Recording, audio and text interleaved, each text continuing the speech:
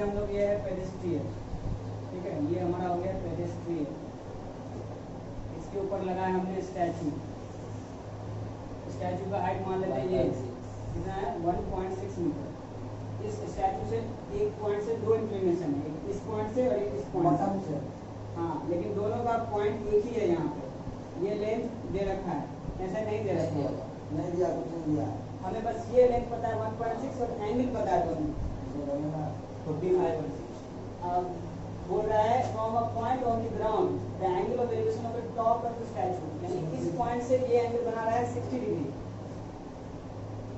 फिर कहता है and from the same point the angle of elevation of the top of the pedestrian. अब ये पेडेस्ट्रियन के टॉप पॉइंट से एंगल बना रहा है ये कितना है 45 डिग्री।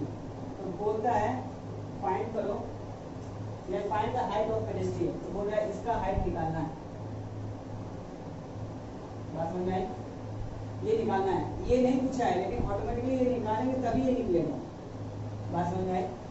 तो पहले हमारा टारगेट होना चाहिए कि बेस निकालना है, यानी क्या कहेंगे adjacent side of A angle A, angle A ये हमें निकालना होगा। जो एंगल ए बना रहा है उसके बाद हमारा निकलेगा ये opposite side of angle A निकलेगा। तो पहले फॉर्मूला बताओ, जो कि इस ट्रायंगल में और इस ट्रायंगल के लिए क्या मिलेगा 10 60 का है, क्योंकि ये क्या बना रहा है opposite side of angle A और ये क्या है adjacent side of angle A. दोनों का रेशियो क्या कहलाता है 10 60। क्या लिखेंगे opposite side of A angle A divided by adjacent side of A angle A. तो दिक्कत अपोजिट साइड का मतलब ये साइड, क्योंकि एंगल 60 बन रहा है तो ये इतना कवर कर रहा है, दिख रहा है फिगर। ये साइड कितना बना 1.6 और ये h लिखेंगे 1.6 plus h divide by adjacent side, ये कितना है x मान लेते हैं, x लिख दिए। ये कितना होता है ना √3 होता है। हाँ, अब ये इसमें h भी नहीं पता x भी नहीं पता, तो इसको यही छोड़ देना है। फिर अगला क्वेश्चन जाना है 1045 में। 1045 लगाएंगे तो क्या लिखेंगे फिर से opposite side by adjacent side of angle. Opposite side कितना है h और x, तो h बाय x लिखेंगे, दोनों नहीं पता है। तो 1045 की value 1 equals to h by x, cross multiply 1 करेंगे तो क्या आएगा h इक्वल्स टू x। इससे ये समझ में आया कि जो बेस का लेंथ है वही हाइट ऑफ पेडेस्ट्रियन भी है, यानी इसकी जगह पे ये रख सकते हो, इसकी जगह पे ये रख सकते हो। क्या लिखोगे यहाँ पे put h equals to x, जहाँ h है वहाँ x रख लो। तो क्या लिखेंगे √3 इक्वल्स टू 1.6 प्लस का x अपॉन x। इसको क्रॉस मल्टीप्लाई करेंगे, अरे ट्राई करो भाई, इतना निकट नहीं है, शुरू कीजिए आप लोग। लिखिए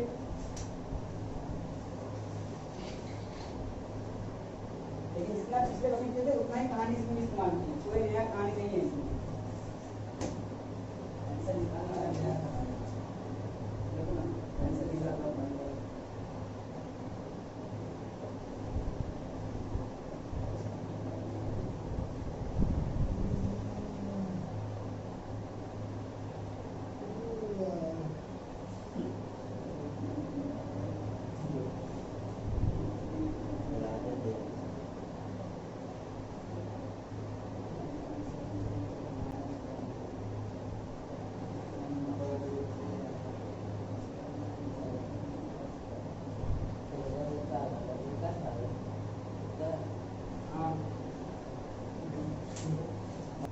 हमें इस क्वेश्चन में ये भी निकालना है, ये भी निकालना है, ठीक। पहले निकाल रहे हैं x की वैल्यू, तो लगाते हैं 10 60 लगाएंगे तो क्या मान लें इसको h, इसको माने x, तो लिखेंगे h बाई x। 10 60 की value √3 equals to h by x।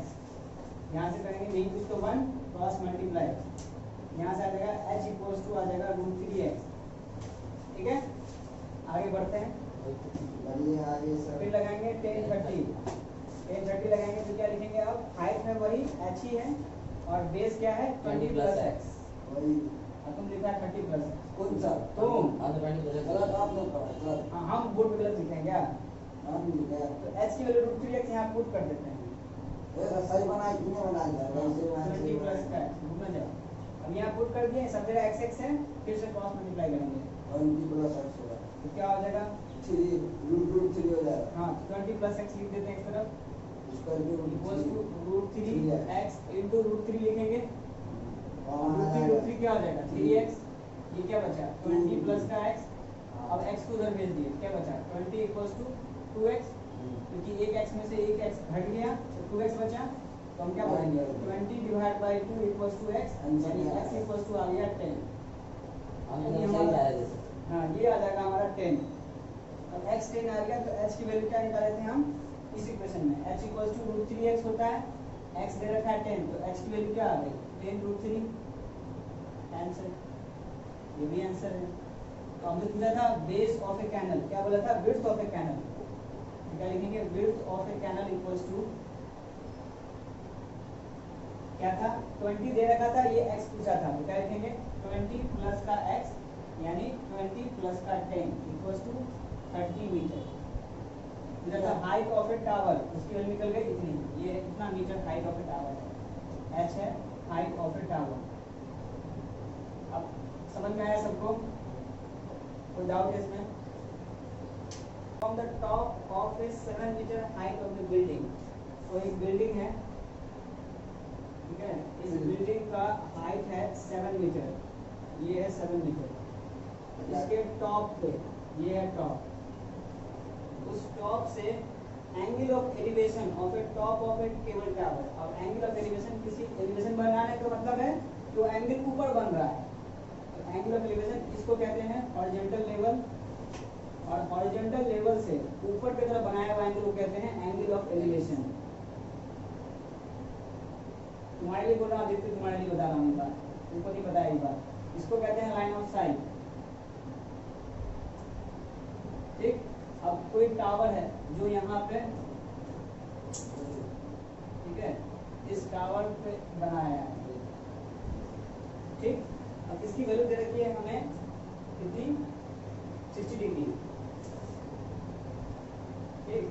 अब कहता है and the angle of depression of its foot, मतलब अगर इसका हम एंगल डिप्रेशन की बात करें तो ये एंगल बनेगा जो इस टावर का फूट बनेगा, तो ये इस टावर है, ये इस टावर के फूट को इसको क्या है फूट, उस फूट पे एंगल डिप्रेशन का बन रहा है 30 डिग्री का, 45 डिग्री, ये है एंगल ऑफ डिप्रेशन, क्या बोलेंगे इसको एंगल ऑफ डिप्रेशन, डिप्रेशन, ठीक है।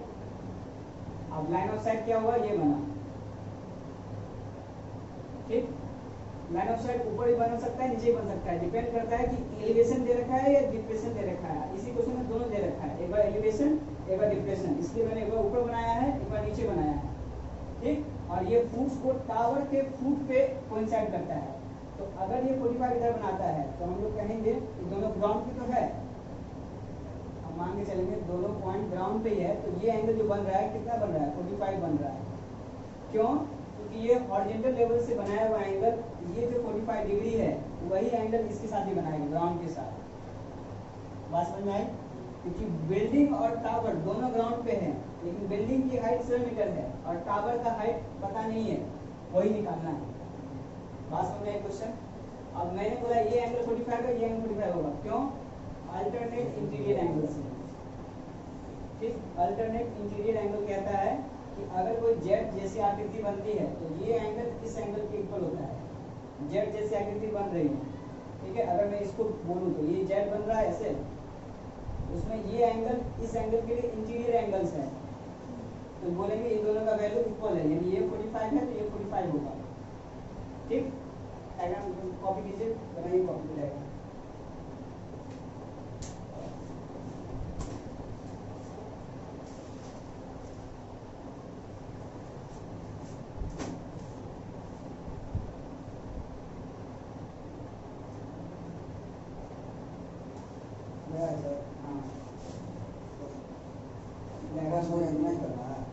अभी कुछ नहीं करना है, आगे बताएंगे क्या करना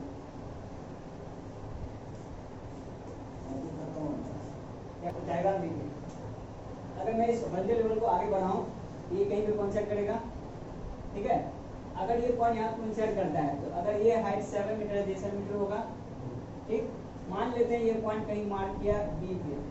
अब इसके ऊपर का हाइट अगर हम पता कर ले किसी तरीके से, इसको h मानते हैं, इसको अगर h मानते हैं और ये हाइट कितना है 7 मीटर, तो हमारा काम हो जाएगा 7, उसमें h को जोड़ देंगे तो पूरा हाइट मिल जाएगा टावर का। ठीक, आपको ये बताना है कि ये हमें नहीं पता है, ठीक, और हमें ये भी नहीं पता है, तो पहले हमें ये निकालने के लिए क्या करना पड़ेगा, ये गिवन है कितना 7 मीटर, ये पता हो ये पता हो, ये निकाल लेंगे कैसे 10, हाँ क्या लगाएंगे 10 पर लगाएंगे, क्या लिखेंगे हाइट बाय बेस। ठीक, उससे क्या निकल जाएगा, बेस की वैल्यू कितनी आ जाएगी, ध्यान रखना जब भी कभी एंगल अगर 45 डिग्री बनता है तो हम लोग कहते हैं कि ऐसे केसेस में जो हाइट होता है वही बेस होता है। इसका क्या मैथमेटिकल रीजन है वो समझाते हैं।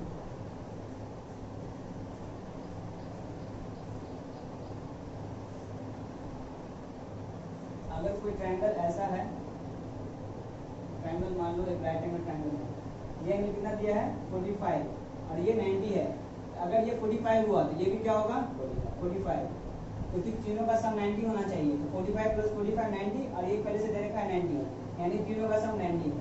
अगर एंगल 45 है तो इस केस में ये और ये साइड इक्वल होते हैं। कैसे, मान लो ए बी है ये सी है, इसको ए माने इसको ए मानते हैं। अगर इक्वल दिखाना है तो हम लोग कहेंगे कि किसी दो ट्रायंगल का एंगल इक्वल है ना, उनके करस्पॉन्डिंग साइड इक्वल होते हैं। इसी ट्रायंगल को अगर मैं ऐसे दिखाऊं आप समझ में आएगा, ये ए ये बी ये सी, मैं कह रहा हूँ ये एंगल 45, मैंने इसी ट्रायंगल को ऐसे बना के दिखाया, घुमा दिया, और मैं कह रहा हूँ कि अगर ये एंगल 45 ये 45 है तो ये साइड भी ए होगा ये भी साइड ए होगा। ठीक, इसी कंसेप्ट का इस्तेमाल यहाँ करेंगे। अगर ये 7 मीटर तो ये भी कितना होगा, इससे पहले जो बताया क्या पड़ेगा अपने मन से लिख देंगे सर।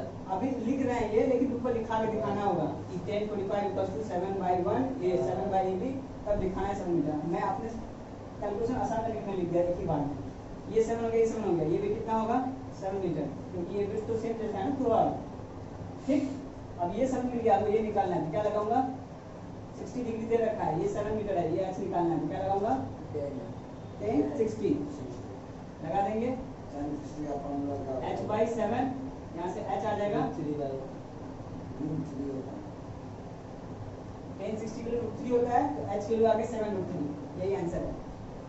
कितना आसान लग रहा है, फिगर कितना बड़ा था कॉम्प्लेक्स, लेकिन समझ में आया डायग्राम तो आंसर आ गया एक लाइन में। अब पूरा आंसर नहीं आया, 7√3 तो केवल ये लेंथ आया, उसमें ऐड कर देना 7 को, तो टोटल टावर का हाइट आ जाएगा। समझ में आ गया, कितना होगा 14, इसका आंसर इसका 7 प्लस का 7√3 आएगा आंसर। एक करते तो ऐसा ही कर दिया, हाँ ग्रुप में ऐसा ही कर दिया। हाँ, उसको ऐसे लिखते हैं, जोड़ नहीं सकते दोनों को, ये अलग अलग नंबर है। तुम लोग को पहले क्या लिखना है, बात निकालना है, ये h निकालना है। क्या है पता है? तो हम क्या बोले, एंगल दे रखा 60, ये हाइट 7 मीटर नीचे है, तो ये 7 के ऊपर भी होगा, लिखेंगे कैसे, क्या लिखेंगे, नीचे जो है डायग्राम बना दिए ना, उसमें 70 लिख लिए, बोलेंगे BC इक्वल्स टू लिख दीजिए AD के, ये ग्राउंड डिस्टेंस बदलती नहीं है कभी, तो BC इक्वल्स टू इसका AD, हाइट नहीं देंगे कुछ, इसका हाइट इसका हाइट h माना है ना उसको, बस एच मान लेंगे, हाइट नहीं देंगे 7 मीटर हाँ, और बेस 7 मीटर अब बेस 7 मीटर हो गया, बना देंगे। इतना ही तो इतना ही तो है, बस डायग्राम थोड़ा इस प्रकार है, सोचने वाली बात। इसको डिप्रेशन समझ में आ गया, एलिवेशन समझ में आ गया, लोग क्या बात समझ में आ गया, डिप्रेशन समझ में आ गया ना, सर हम सब साथ हाँ 7√3 आ गया। अब उस 7√3 में 7 ऐड कर दो, 7√3 इतना आया, इस h की वैल्यू आई 7√3, उसमें ऐड करना है ये 7 को। हाइट 1 लाइट हाउस क्या काम करता है, बिजली है सब नहीं। लाइट क्या अरे देखते नहीं, जब कोई आपको चेक पोस्ट होता है तो वहाँ पे खंबा डाल दिया होता है, उसके ऊपर में देखिए आदमी को टॉर्च लेके बैठा दिया जाता है, मतलब उसमें क्या है ना, लाइट हाउस का काम होता है, एक बिल्डिंग है मान लो, उस बिल्डिंग के ऊपर में क्या है ना, एक चेक पोस्ट बना दिया जाता है।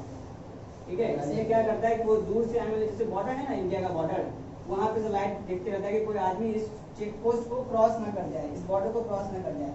तो ये जो लाइट टावर का काम होता है कि चीजों पे निगरानी रखना, अंधेरे सामने लाइट और जो भी आगे जैसे कोई जेल वगैरह है ना, तो उसमें हमेशा हर बाउंड्री पे ये बनाया रहता है, लगेगा, हाँ, अस्सी डिग्री। उसमें देख के दो सिपाही को तैनात किया रहता है ताकि उसमें से कोई बाउंड्री से कोई दूर से कोई सड़क पे नहीं जा रहा हो, बाहर से अंदर या अंदर से बाहर, ताकि वो उसको निगरानी रख सके। तो इसका यही काम होता है। रात दिन वहाँ पे कोई ना कोई आदमी बैठा रहता है। और वहाँ पे पटना पुलिस स्टेशन हमको वहाँ पे याद नहीं, हमको जहाँ तक याद है समझ आया। और नहीं कहा मुझे तो समझ से ठीक है, आगे कहता है इसकी हाइट दे रखी है 75 मीटर लॉन्ग है। आप बता दीजिए ना एंड आपको। सी लेवल, ये कहाँ लगाया जाता है? समुद्री किनारे पर। एंड द एंगल ऑफ आगे बोला बहुत है आप। हाँ, तुम्हारा चलता ना, भुला गया दिमाग से कर गया। कितना पड़ेगा? डिप्रेशन 2 सीट मतलब 2 सीट है। हाँ 30 डिग्री मतलब वहाँ से देख रहा है 2 सीट पर। हाँ। इसका एंगल है एक है 30 और 45। एंगल कैसा एंगल है? Angle of depression angle of depression. हाँ, मतलब नीचे की तरफ देख रहा है, ये हाइट नीचे की ऊपर तरफ से देख रहा है जो बन रहा और है। यहाँ पे दो कोई सीट घूम रही है। जो जिसका जैसे बना है triangle 30 बना डिग्री के इसका बना है। या 45 का है। ठीक, हाँ, आगे If बढ़ो। one seat exactly behind the other on the same side of like a find distance between two seats. Distance. ये कह रहा है कि एक सीट जो है ना इसके ठीक बिहाइंड है, मतलब ठीक इसके बगल में है, और दूसरा सीट जो इससे थोड़ा दूर है उसका अलग डिस्टेंस, उसका अलग एंगल बन रहा है। तो बताओ तुम पानी वाला का डिस्टेंस बनेगा। और दोनों सीट के बीच का डिस्टेंस पानी वाला क्या का है? बनेगा 30 उसका वाला का बनेगा। इसको बनाएंगे हॉरिजॉन्टल लेवल। दो seat बनेंगे ना पानी में। एंगल डिप्रेशन नीचे बनेगा हॉरिजॉन्टल लेवल ये आ गया। अब एक एंगल कितना बना रहा है? 60 Seat अब यहाँ बनेगा सीट 1 और दूसरा एंगल बना रहा है इससे यहाँ, बता बना दिया सब। ये हो गया सीट 2। पहला एंगल कितना बनाएगा? 60 30 डिग्री। छोटा बनाएगा ना, ये 30 से छोटा बन रहा है और ये बन रहा है बड़ा डिग्री। ये कितना बनेगा? 45। और ये हमेशा हॉरिजॉन्टल से ही लेते हैं और इसी को कहते हैं लाइन ऑफ साइट, यानी LOS। इसको भी कहेंगे लाइन ऑफ साइट। दो अलग इसलिए बनाया क्योंकि ये सीट 1 है, ये सीट 2 है। सीट 1 और सीट 2 के लिए अलग अलग लाइन ऑफ साइट बनेगा। ठीक, पहले भी एंगल दे रखा था 30 डिग्री। एंगल ऑफ डिप्रेशन है। हाँ, ये एंगल ऑफ डिप्रेशन है, इसलिए नीचे बनाया है ना। और ये और ये पहले वाले के लिए वाले दूसरे वाले के लिए है। फिर पूछता है दोनों बीच का सीट के इसका डिस्टेंस बताओ क्या होगी? If one seat exactly behind the other on the same side of light house, जबकि एक सीट जो है वो इसके जस्ट बिहाइंड है, मतलब जस्ट बगल में ही है। तो क्या find the distance between the two seats. Very good. चलो क्या करना पड़ेगा? दोनों निकालना पड़ेगा। ना ही हमें ये पता है ना ही हमें ये पता है। तो अगर ये x1 है इसको नाम देते हैं x2। ठीक, क्योंकि यहाँ पे दोनों अननोन है, ना हमें ये पता है ना हमें ये पता है। क्वेश्चन में कुछ नहीं बोला है, तो क्या करना पड़ेगा? हाइट गिवन है, ये एंगल कितना दे रखा है? 30। ये 30 होगा। हाँ, और ये 45 है तो ये भी 45 होगा। अब ये कितना है? 75 तो ये कितना होगा? 75 क्यों? इसे बिहाइंड में क्योंकि एंगल 45 है। हां ठीक, अब निकालना है ये डिस्टेंस। ये 30 है, पता नहीं अब क्यों हो रहा है 30 डिग्री। हम क्या कर सकते हैं? कुछ भी नहीं। 10 30 लगाएंगे तो इसमें क्या लिखेंगे? 75 प्लस x1 लगाइए, 10 30 लिखाइए।